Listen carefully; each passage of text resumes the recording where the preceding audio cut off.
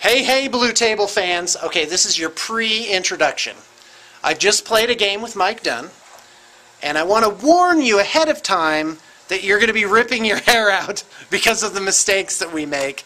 But hopefully you can learn from that, and we can all end up being better players. Also, this is likely to be our last Warhammer Fantasy bat rep for a while, because it is going to be all 40k all the time. Maybe some War Machine Hordes in there. I think that may pick up a little bit. So, do enjoy. Hey, hey, Blue Table fans! We're reporting live from the village of Spankburg.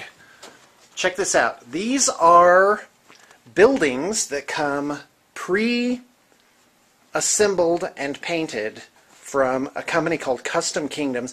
I do believe we have one of each of almost everything they make, a duplicate of this particular little cottage.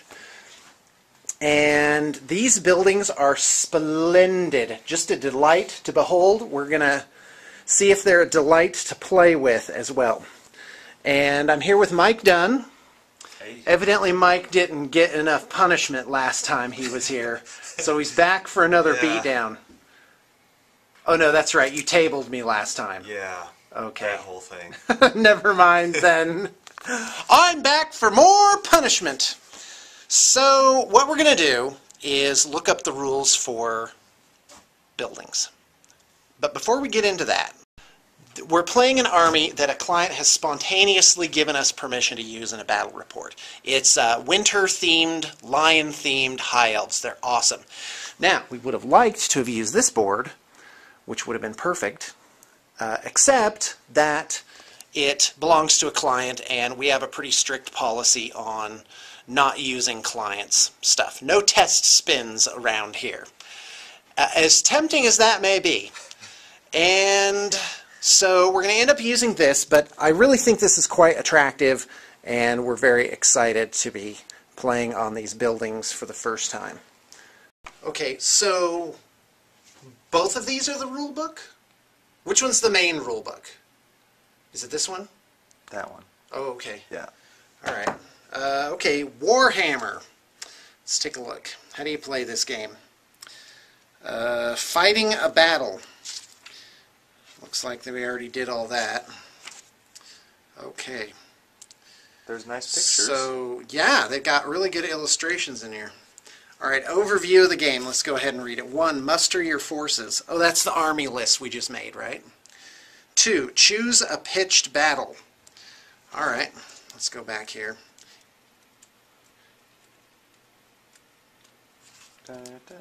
I can do it. I can do it. It's in here somewhere. Here we go. Let's see. So do we roll or do you just pick one?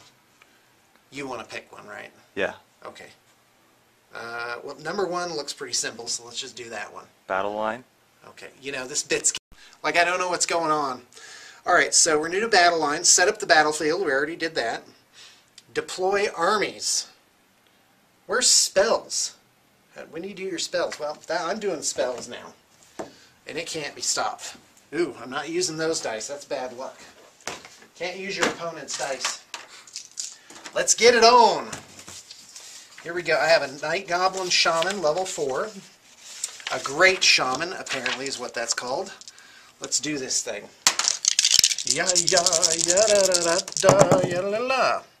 Wow. That's great, because I get a 2 and a 5, switchable for the thing, and then I get to pick 2. That's outstanding. I'm totally going to take the 2 and the 5, and I'm going to take a Foot of Gork. And, hold on. Oh, Gork will fix it. So the other guy automatically has the 1 and the level 6.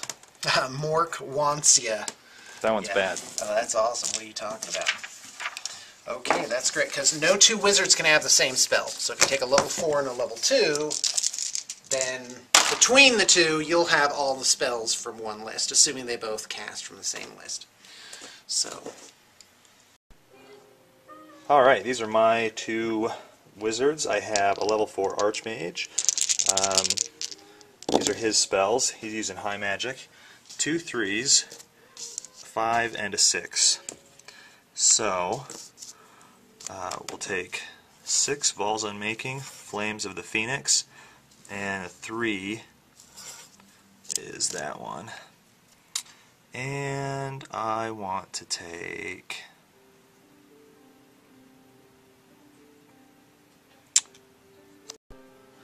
I think I'm going to take Fury of Cain. That's the 4. Then the level 2 wizard. A 4 and a 1 on the Lore of Metal. 1 is Plague of Rust, 4 is Golden Hounds. Not too shabby. We did a secret deployment. Secret deployment, we had a huge piece of foam up in front so you couldn't see the other side of the board. You lift it off. Surprise! Yeah, it was pretty awesome. Yeah, and what is awesome is that the giant chunks of orcs are faced off right across from the huge wad of Phoenix Guard, and I'm ready. That's a lot of Phoenix Guard. I don't think that the Phoenix Guard are going to last long in the face of the orc onslaught. I don't know. That's a lot of war machines. Holy cow. Anyway, there's a whole bunch of buildings. We read up on the building rules, so I've got unit deployed. Everything that's infantry that's not the Phoenix Guard is Lothern Sea Guard. So, there's a unit in the tower, and they're all 10 models strong. 2 here, I'm planning to move them up a little bit. There's another one up here, and there's a unit in this building. We're counting this as 2 buildings.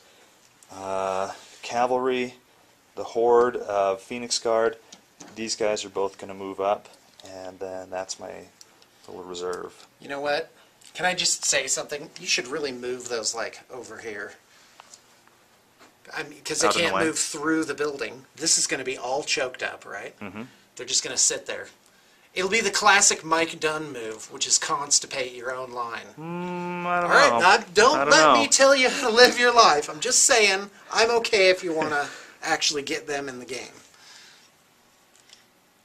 They're staying there. They're I had the best of intentions, but then that ended up totally screwing him over. That's classic taking advice from Gately, right? All right, let's do it. Let's do it. All right, let's roll them. +1 for the high elves. Ooh. Oh, still didn't make it. I'm definitely taking the first turn. Let's do this thing.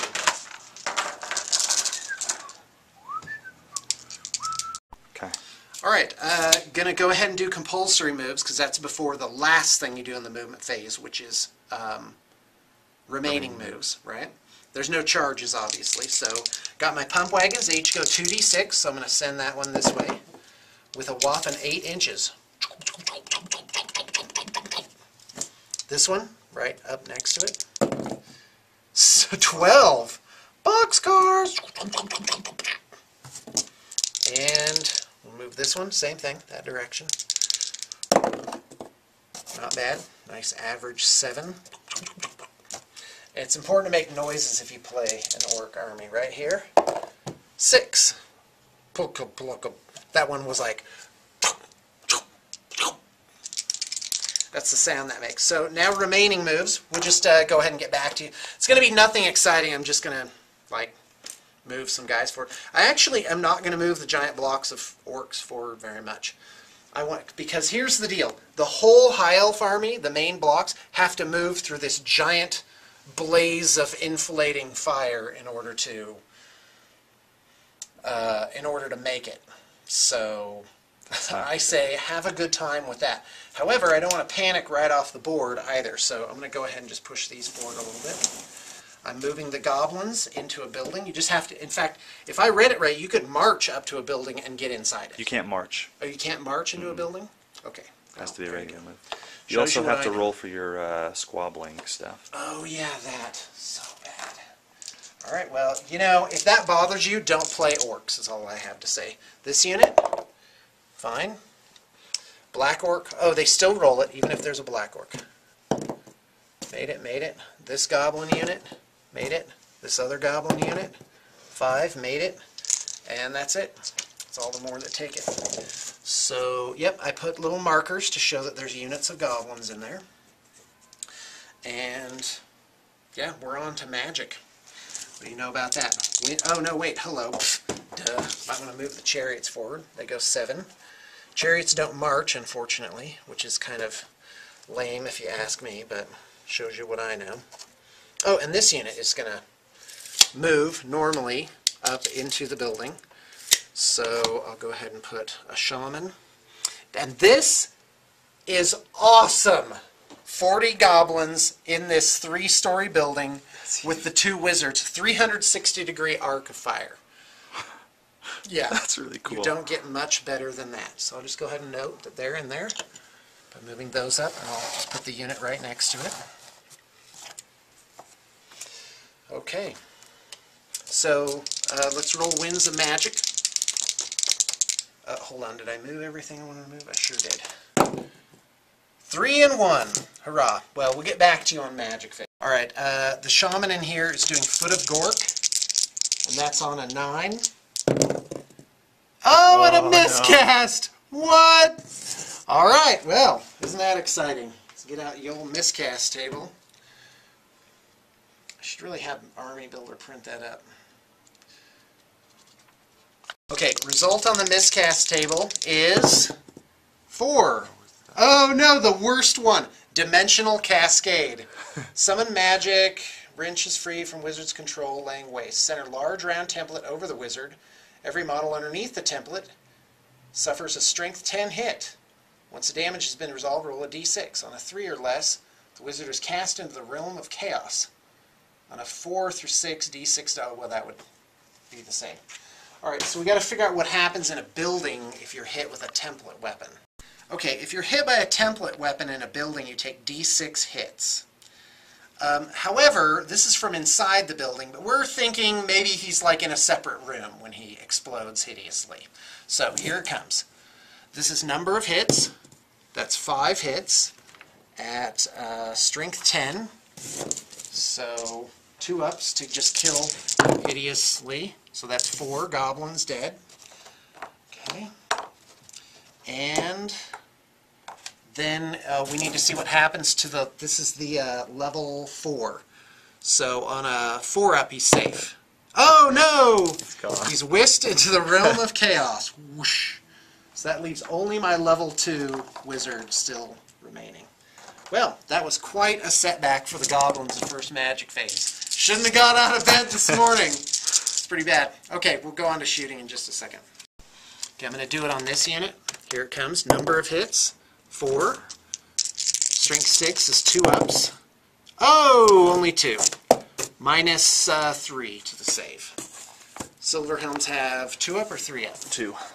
So it's a 5. 2 saves on a 5. No, nope. 2 guys die.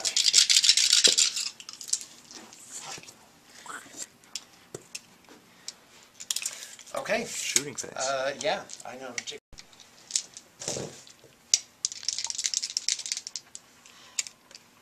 Oh, it's rolling. Okay, great. Doom Diver here on that unit. And just keep plugging away at him. In fact, I don't know why I'm worried about the Silver Helms, but is that a mounted wizard in there? Yeah, it is. That's not the level 4, is it? No. Okay, this is the level 4. Yep. Oh, that's what I need to be shooting at. Yeah, actually, that is what I need to be shooting at. So, wonder how it works. D6. If it's hit with a template weapon, but what about other Warmish? Because a Doom Diver's not a template weapon. Do they get a save for being inside it? I wonder. We better look this up. We'll be back.